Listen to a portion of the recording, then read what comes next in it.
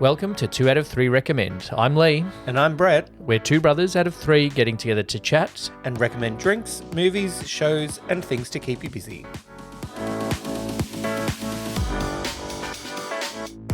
Welcome to another episode of 2 out of 3 Recommend. We are 2 out of 3 brothers recommending stuff. Good evening, Brett. Hello, Lee. How are you? I am good, Lee. Good. That is good to hear. That is good. Good, Lee. Good. We are going to try a drink.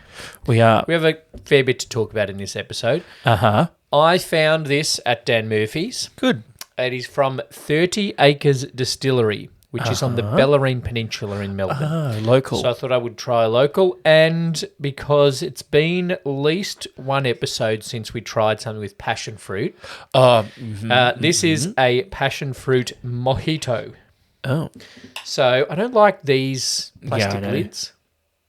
Because You have to bend it. Bend and snap. Do you want me to do it? I'm not good at it. One. I don't know what they distill. I assume... Oh, rum. Rum, passion fruit flavour, sugar, lime concentrate, water and preservative E211. Oh, okay. Okay, so... Don't know about E211. There is 30 Acres Distillery, passion fruit... Family owned and family made. Mojito from field to flask. All right. Okay, Let's let's try it. open it. That was pathetic. Cheers. Cheers. Ooh. Passion fruit.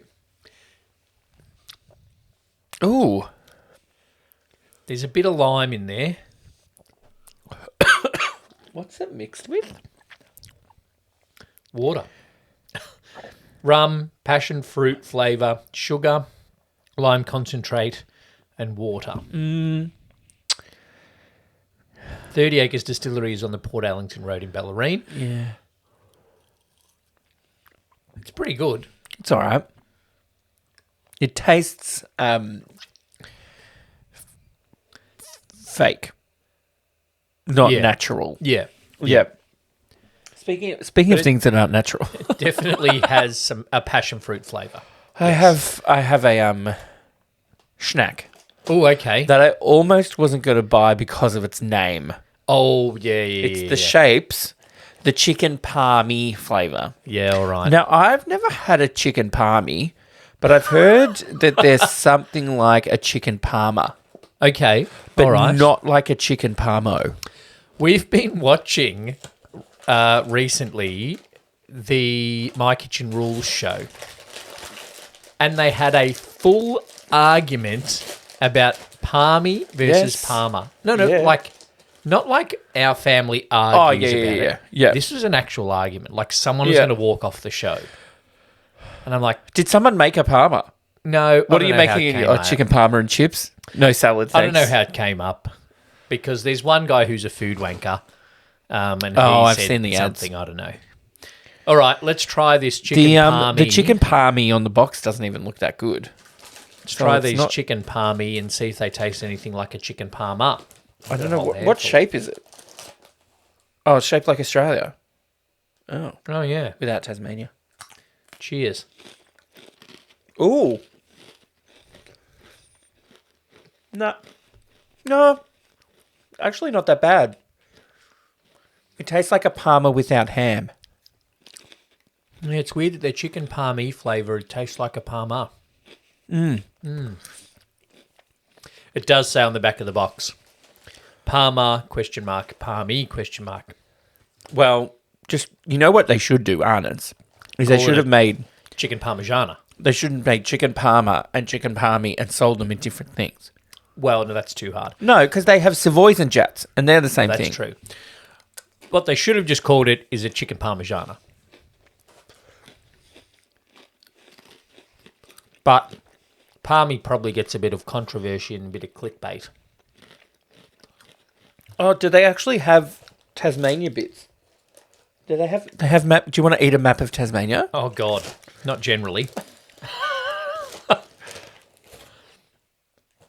No, that's a whole Australia. Let's leave that for later. Wait, let me just fix this. for when Western Australia secedes. All right. It's not bad. It tastes somewhat like a chicken schnitzel with sauce on it. Yeah, I wouldn't say it tastes like a Parma. I wouldn't buy them again. Nope. They're not knocking off the barbecue Look. shape. There's about 5 flavours of shape that are better than it. Pizza, chicken crimpy, cheddar, nacho cheese. Savoury. Fuck off. Savoy and Jats aren't the same, by the way. They are. No, they're not. They are the same. Oh, no, actually, Jats, Savoy and Jats in Victoria, Jats are a little bit softer. They're like a Ritz. In other states, Jats are the same as Savoys. Why do we do this? I don't know. Why can't we just be the same? Why can't we just unite as a country? Yeah. No. When does this Timely. air? When does this air? It's all right. And how relevant will that be? It will be relevant and particularly more relevant in a couple of weeks' time. But we are not going to get political. I've said this, not political. Yeah. You know how with politics, though, Yes. how they do like in the latest poll, blah, blah percent of this for this party, whatever. I have never been asked. No. I do not know anybody that's ever been asked, who do you prefer as Prime Minister? No, or how are you going to vote on this? I do not know anyone that's ever been polled. No. Not in that way. Pre-election polling. Yeah. Like, I'm not walking around the supermarket and some rando comes up to you and says, how are you going to vote in The Voice? Maybe they've tried to vote, but I just looked out of my phone and walked past them. You know, I did a Good Samaritan thing the other day. Yeah. I was like, I did like one good deed for the... Well, I was going to do it daily, but it probably ended up being just weekly. I went for a walk in the morning. Yep. Through the streets of West Footscray at 6 o'clock in the morning, Brave. which can be an interesting thing. Yep. And I was walking down the main drag, and this person was walking across the street like, hello. I'm like, fuck. I had my headphone in. I put my headphone out. And they had that one arm in a cast. Oh. And they weren't all there. Yep. And they just needed their shoelaces tied. Oh. So I tied their shoelace. That's nice. Even though it was pretty painful because I had a sore back. But your arm wasn't in a cast. No. So I was like, I will fix your shoes. I did And then I ran away. Good deed the other day. And after I had a little bit of a win in a casino, the payout was $31 and I walked past the man that plays the bucket drums and I gave him the $1. Okay. Because I don't like coins. Listeners, tell us which one's better. Well- That's going to be a new thing now. I'm making that a new thing.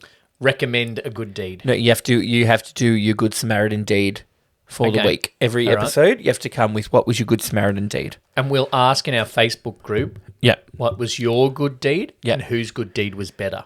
We'll start a poll. Yeah, that's good. And then we'll ask people, unlike these other polls that they do about politics. Yeah. We'll actually ask, well, we can ask everyone because we've only got 11 members of the Facebook group so far. Join the Facebook group. Join the Facebook There's group. more chat going on there, and the more I'm going to have to do more nice people things. that are in the more, well, only one a week. And I've set a low bar. Of giving someone your dollar. I gave someone a dollar coin that I didn't want. Did you do it in a nice way? Not like that time I gave a homeless person money and this random yelled at me because I didn't give it to them in a nice way? Far out. That was that night, a random night out, and you all ditched me with our new friends that we met. Oh, yeah. And you gave that guy a job and he never showed up. English Chris that never showed up to the job. Oh, anyway, It I has been don't a recommend long- going to the lounge. It has been a long time. It's closed. The lounge is closed. It's an institution. Not anymore. What's next? The Premier's going to resign? Shit. Not politics. No more lounge. Interesting. Maybe that's why he resigned. Because he couldn't go to the lounge it's to like- unwind No, at 3 a.m. on a Monday. The Labor Party were like, under your rule, the lounge is closed. Don't worry about lockdowns. Don't worry about losing the com games. Yep.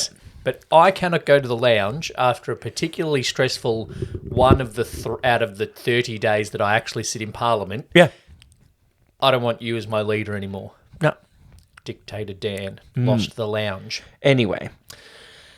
Anyway, that's not what it's about. All right, that's a good deed of the week. I gave money to a busker. I helped a person tie their shoelaces. Excellent. All right. Does it count if I stand up in the train all the time? No. No, not if that's your default. If you're sitting and you offered a... Yeah. Yeah? Yeah. All right. I'm sure I've offered to help someone with something. I stepped forward to help someone carry their pram onto the tram, but they didn't need my help. Oh, but you offered, so that's a good deed. Well, I didn't get good intention. I moved slightly forward. Oh. I didn't do anything. I leant slightly forward and my left foot moved a little bit. Were you going to help? Does that count? Were you going to help? If I hadn't have seen that they didn't need my help, Okay. I would have offered to help. There you go. That's fine. I don't think so. It's sometimes about the intention and not the act. That's true. I was going to segue from Chicken Parma to one of the restaurants that I visited recently, but then we talked about good deeds. Okay. So I'm going to bring it back to Chicken Parma shapes. Is this a good deed, me bringing so these that in? So that I can segue to the... You got a Parma somewhere, did you? No, I'm not going to talk about Parmas. Okay. We went to a restaurant the other day, and I'm going to look terrible. I've just got to look up. It left such a great mark, Lee. Can't even remember what it's called. Was it the Japanese one you posted on Facebook? No, do you know, it was the Munich Brauhaus. Oh, yeah. And I had to look it up because I get the name of Munich Brauhaus and the Hofbrauhaus confused. Munich is the one in South Wharf and yes. Hofbräu is the one in South Bank? In Chinatown. Oh. Yeah. What's the one in South Bank? What one in South Bank? There's not the a German one joint in South Bank. Oh, there used to be. Well, Dan fucked that up too. There was one before Dan got in power. No, jokes. Sorry, Dan. No, the Munich Brauhaus is the one on South Wharf. That's the one we went to because we felt like a schnitzel. I've been there before. And we were like, we're just going to have a schnitzel and then we're going to go DFO shopping South Wharf. Yep. Instead, we ordered 1.5 kilos of pork. Uh-huh. And then got the meat sweats. It was very good. You get the plate. Yep. Oh, and I've seen, yes. The pork schnitzel. It's got half the pork knuckle. Yep. It's got the pork belly. And it's got the little pork sausages and mash and a little diced apple-y something that I didn't eat. And a beer jus. I went there once years ago because I used to work kind of near there, Docklands. Yep. And we went after work on a Friday and there was like eight of us maybe. And it was like the table was just full of meat. And then I got a cider that was bigger than my head. Yeah, we got a litre of cider in a stein. And I was pretty intoxicated. Was the Lumpar band playing? Oh, the Umpar band was playing. One of a guy that Shane used to do gigs with was in the Umpar band. Just going a little oompa on a Sunday arvo. So I drank a litre of cider and then was like, let's go to DFO. It was not ideal after eating 500 grams of pork and a litre of cider, but I made it through. If you're a meat eater, though, do you recommend it? I do recommend if you are a meat Value eater. for money? I think so. In today's climate. Ah. Yes. Right. You have to adjust a bit. When you see the price... So it's not like paying $12 for 10 nuggets? No. No, it's not that bad. Okay. It is good value for money. That's how I rate value for money based on food. How many nuggets? This was higher quality meat than you get in a nugget. Okay, well, yeah. And probably more than $1 per nugget amount of meat, but much better meat. Yes, okay. Quality, not quantity. And you could order from your table so you don't have to talk to a person. Great. And we could have had more. Okay. I reckon. Oh, I could have had more. Shane, not so much. Yep. But I do recommend Munich Brauhaus. I don't know if I recommend a combination of a lot of meat and a lot of cider.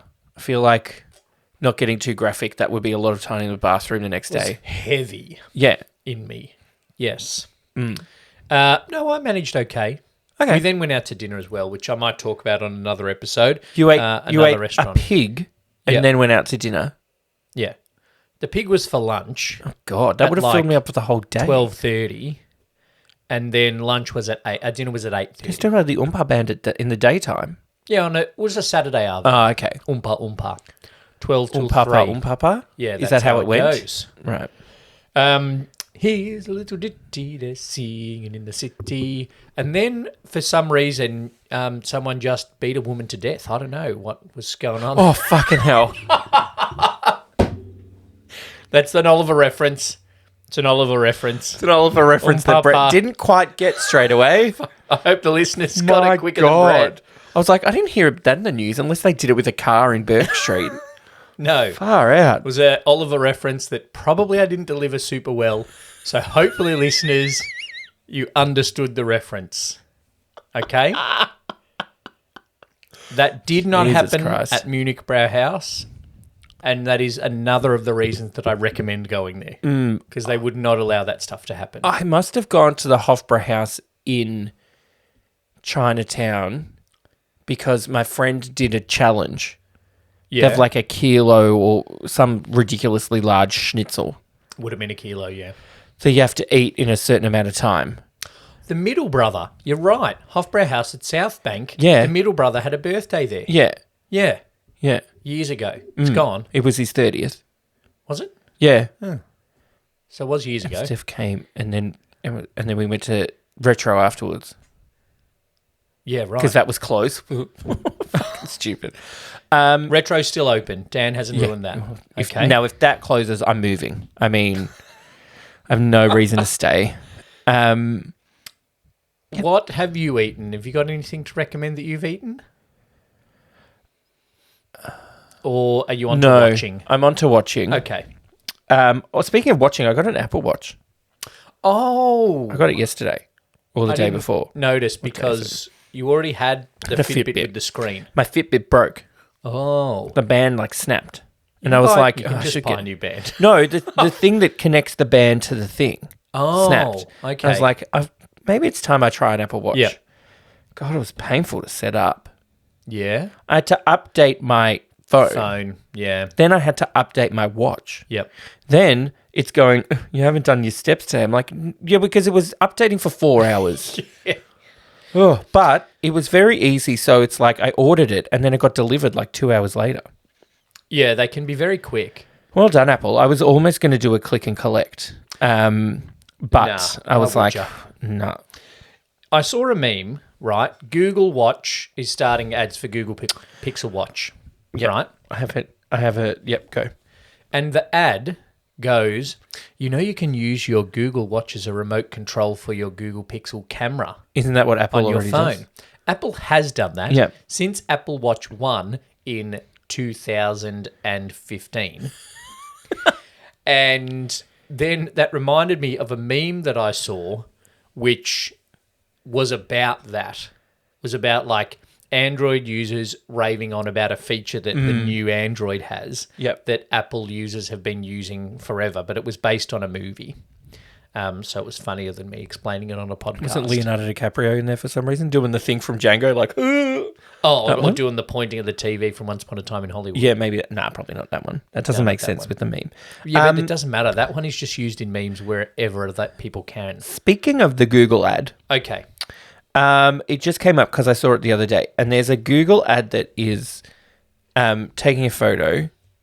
The Magic Eraser. Taylor Harris and Joel Selwood using the Magic Eraser. And she goes, I love it. It's literally just a click of the button. It's not. And then she goes, so you take the photo and then you go click, click, click, click, Magic Eraser. I'm like, she clicks like 4 buttons. I'm like, Taylor, that is more than one click. It is pretty cool.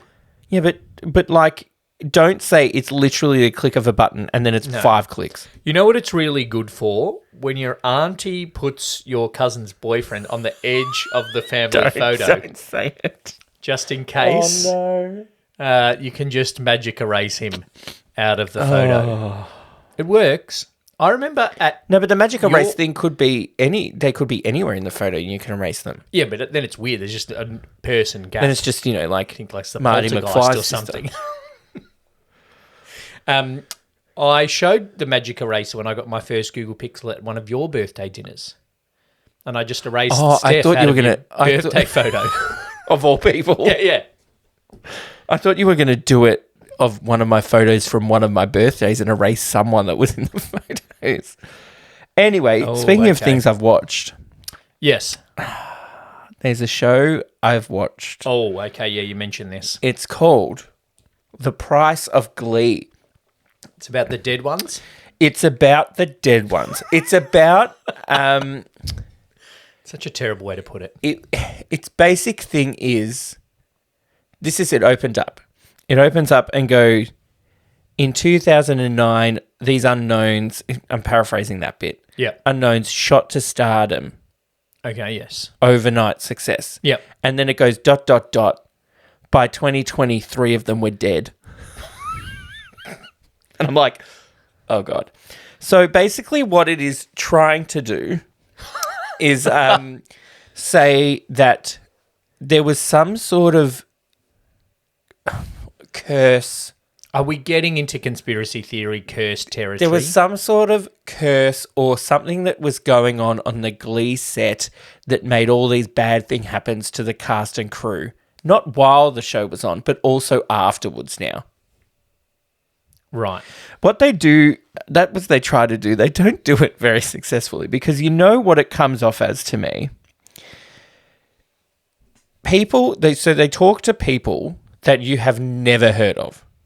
Okay. Like the second assistant wig guy.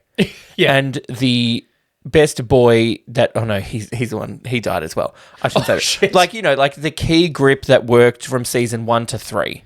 The person who brushed Jane Lynch's hair in 2 episodes. Yeah. The guy who was Kurt's stand-in. The guy who was, the woman who was Naya Rivera's stand-in. Okay. Naya Rivera's dad. Corey Monteith's friend.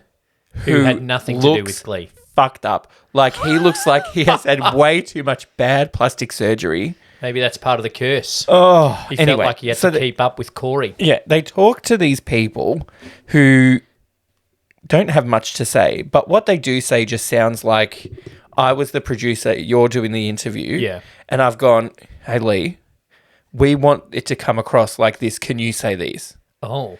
So it's all just like, can you say again that he had a drug and alcohol problem before he was on Glee? Can you keep saying that? Can you say it again? Can you say that Leah Michelle was a bitch? Like, you know, it's like, it's just like we need to, it's like, what do we want to say, but we don't have any proof for? That we can probably get past the lawyers. Yeah. As opinion. Even at the end of every episode, it also says, like, this has not been endorsed by anyone to do with Glee. Do you think they invited Leah Michelle, but she couldn't read the letter? I think that's what it is. Because she famously can't read. She's illiterate. She's made a decent career for someone that's illiterate. I love those conspiracy theories. Some of it comes off a bit kind of speaking ill of the dead as well, which made me a bit uncomfortable. Corey's friend, probably not a good idea. And then the guy was like, this guy's like, I was his friend and how could this go unnoticed? Somebody should have done something. And then I yelled at my TV. I'm like, you're his fucking friend, mate. You should have seen this guy's face. I have to show you a picture of it at some point. But also, if the producers are making him say he had drug and alcohol issues before... Which he did. Why is it up to then the cast of Glee that he's joined after he had the problems to do something about it? Yep. It just seemed like these people needed to get paid so they'd say anything, especially Naya Rivera's dad. I was like, you do not seem emotional about this at all. Is it given a bit of weird. Meghan Markle's dad's vibes? Just not that bad. Getting a bit on the bandwagon. Not that bad. Not quite, but it was just very frustrating to me, and it just didn't do what it was intending to do in terms of to be like, somebody was like, I don't want to see the C word, but curse. I'm like, well, you just said the C word. I thought you were talking about Leah Michelle. Yeah, I'm going to say the C word, but yeah, she's not going to read the subtitles, so it's fine. But it's just the way that it did it. It was just very odd. And then it was like Corey Monteith was having a tough time because he wasn't a dancer, and he wasn't a singer. Yeah. And I'm like, well, what's he going to go on a show where he has to act and dance and sing and then complain that it's hard? But also, like, they made a thing in the show about him not being a dancer. So then he was like, somebody was like, he's really struggling because he had to keep up a lot with Heather Morris and Harry Shum Jr., who were professional dancers. I'm like, well, no, he didn't, because he's meant to be awkward and not be able to dance. So he doesn't have to dance exactly like Britney. Yeah, he's meant to look like, what does the little coach from Vocal Adrenaline call him, like Frankenstein's monster? Oh, yeah, Frankenstein. Frankentine. Frankentine, that's it. Yeah, so yeah. he's meant, that's the joke. Or maybe then he's sensitive about the fact that he can't dance, so doesn't like that joke. Yeah. But also, like, he is Finn and Harry Shum Jr. is not. But then, in the scale of that show. Yeah. But then they were talking about, like, they had long days and they had to do, a routine every week. I'm like, yeah. That's what you TV. signed up for. But I guess that, there is that... They tried to kind of paint that it was the show's fault, but it's more just like sudden rise to fame. You went from no one to huge overnight, and they were like, Glee did this, Glee did that. I'm like, well, no, like, yeah, the show did it, but that's just fame. Yes, and it is hard on young people. Yeah. And they weren't child stars, because I think Corey Monteith was 27 when he was cast as 16-year-old Finn. Yeah. But they were young.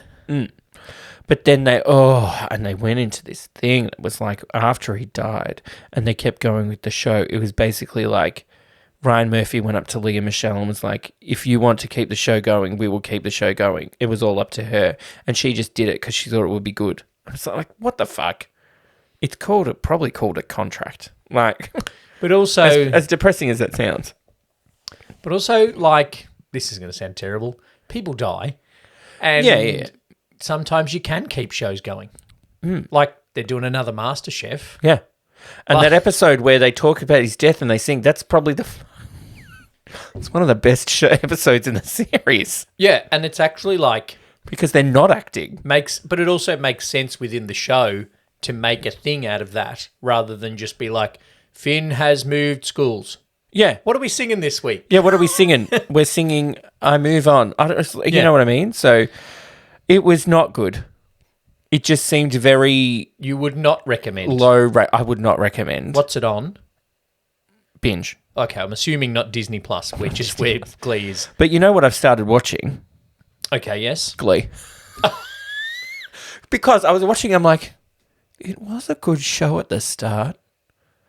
It took a turn. No, do you know what, though? It's a very good show. I've rewatched some of it because there's a lot of talk about the problematicness of it. There is, yeah. Right? And there are some things that you probably shouldn't say. There's a lot. But basically everything Sue Sylvester says. No, but I think if you look at it as a dark comedy satire of high school... Yes. Then Principal Figgins talking about Britney's breasts is funny. Because you're like, fuck, he should not be saying that. But the way he says it is funny. But people are like, oh, cancel it, because you can hear what he's saying about kids. It's not appropriate for high schoolers to watch. Yeah. It's not for them. Yeah. It's for us. It ended up being that was their supporter base.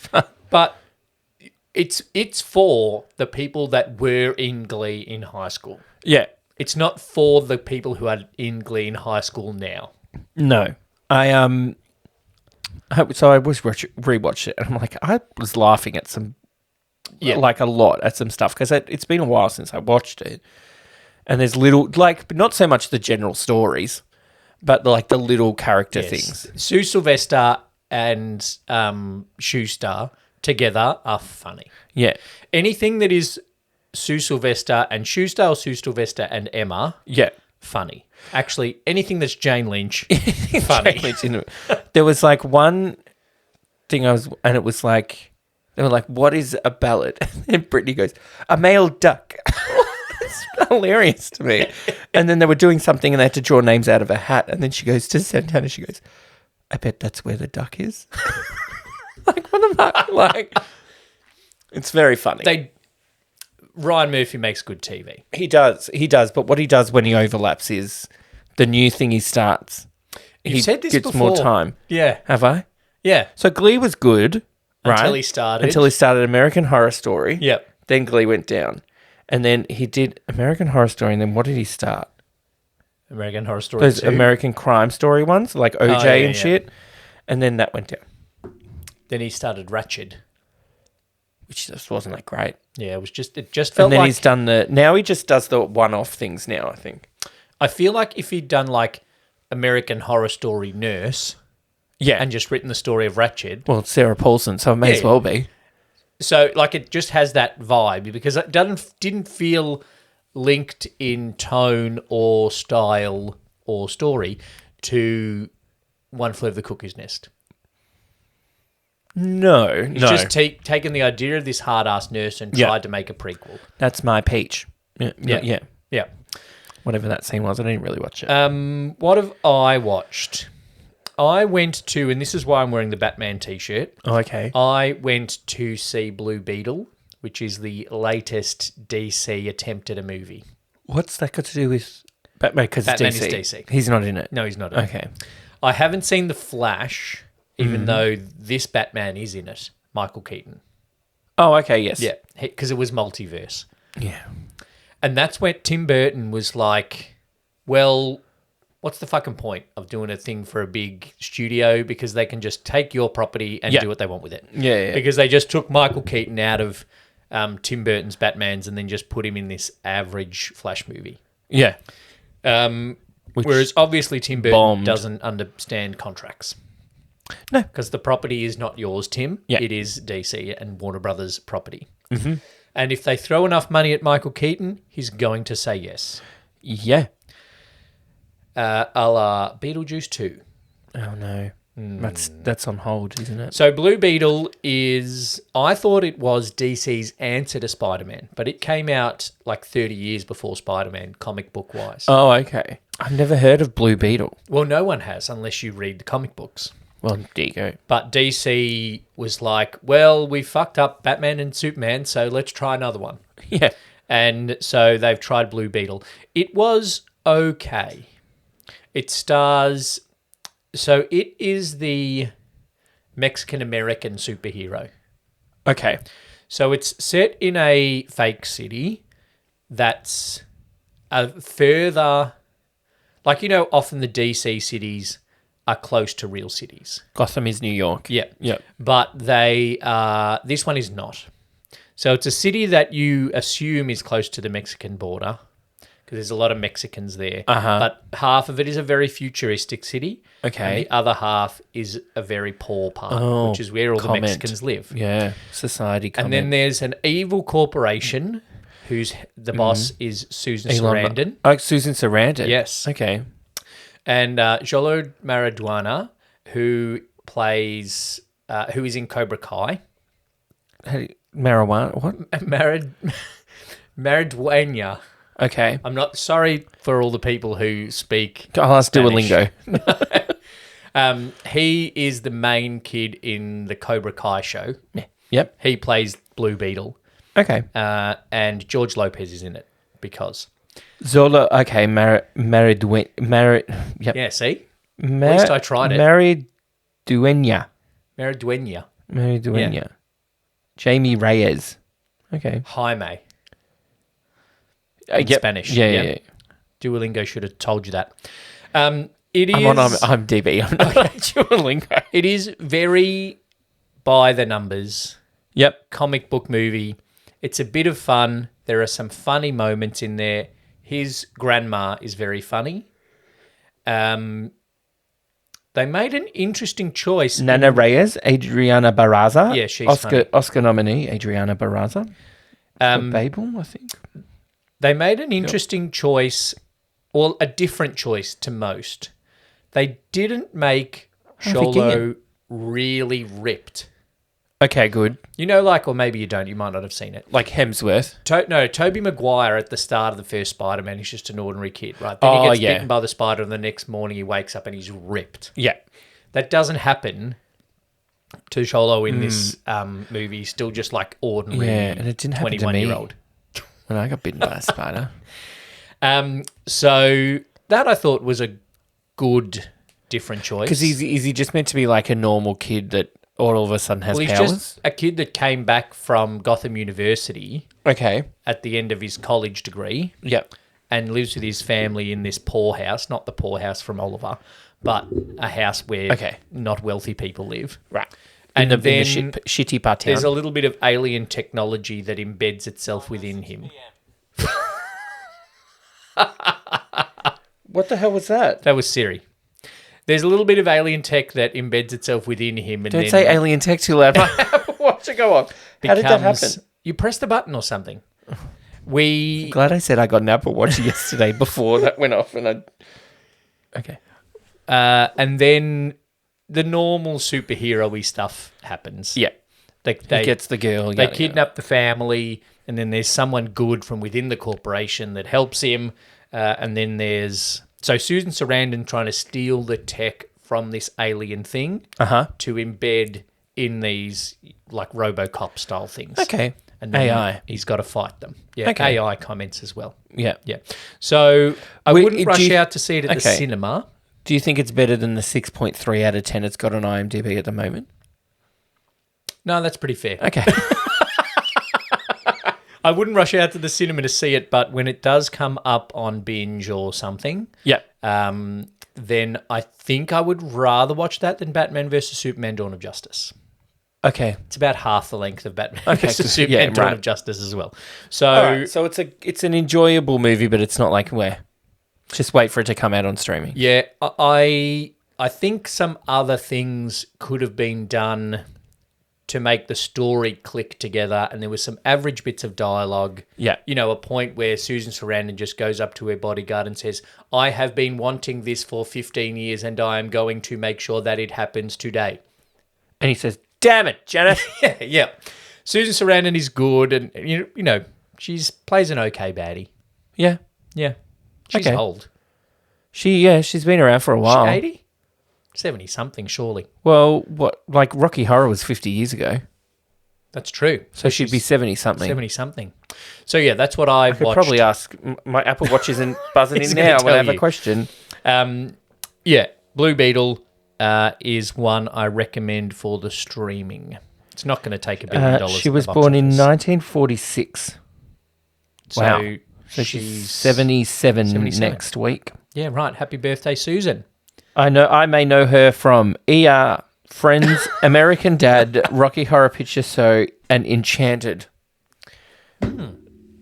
She's coming up in that new show on Stan Court, Oh, which I'm not sure playing the about. president. But I think I'll watch just to see what it's like because the trailer is odd. Odd. Yeah. And is it a true story? Well, no, I don't think it is. But it's giving the vibe of based on a true story. Yeah, it's based on a true story, but a piss take of based on a true story. I feel like it's just taking the piss out of Tropic Thunder, to be honest. I feel like it's just taking the piss out of a lot of things. Yeah. Yeah. Anyway, I ate pork and I watched Blue Beetle. I have one more recommendation. Okay. And it's for Channel 10, if you're listening. Okay. I'll tag them on TikTok. I was watching something on 10 Play Catch Up. Yep. I decided I'd give The Masked Singer a go Oh, okay. because I feel like it's somewhat interesting because you don't know who the person behind the thing is. Yeah. Especially when it's, spoiler alert, Brian Austin Green, and you don't know who that is anyway. You don't know who it is without the mask. Yeah. He was in a show 35 years ago. That's fantastic. Yeah. I was catching up on an episode of that, so the second episode. Yep. And then in the ads on the 10 Play, Oh. it was like, this is the person reveal. is the this. And I said, and I stopped and I watched something else. Yeah. So, yeah, Channel 10. So my recommendation is if you can choose the ads that are going to be on your thing, don't put spoilers in the catch-up. Yeah. Because then I knew who the little deer, whatever the thing, Sandra Sully. You've got to produce no spoiler ads. Yeah, and put don't in have 10 it Play. and don't have it as Sandra Sully revealed. You know what I mean? Now Yeah. I'm spoiling it for everyone, but Whatever. it was the second episode and she wasn't that good. And I've already worked out after one phrase of one of the people singing, I already know who one of them is. Ooh. Delta Goodrum. No. Because she's not on The Voice anymore. It's not Delta. It's Casey Donovan. Oh, that obvious. Oh, yeah. I was like, nobody else can sing like that in Australia. If they can, they're not here. Yeah, true. Pretty sure it was her. All right. I will remain corrected. That's enough. Okay. All right. See ya. Thanks for listening to another episode of 2 out of 3 Recommend. This week, we are watching on 2 Drink Cinema. Bug's Life. A Bug's Life. Yes. So watch that if you want to keep up with what we are doing at 2 Drink Cinema. That will be out Friday on the 2 Drink Cinema feed that is linked in the episode description. Thanks, Brett. Thanks, Lee. Thanks for listening to 2 out of 3 Recommend. We would like to acknowledge the traditional owners of the land on which this podcast was produced and pay our respects to elders past and present. If you'd like to support the podcast and become a member, gaining early access to episodes and an exclusive episode each month, sign up as a member using the link in the show notes. If there's something you'd like to recommend to us, get in touch on the socials or in our Facebook group. Make sure you subscribe to the podcast on your podcast app or on YouTube. Leave us a rating and review and tell your friends.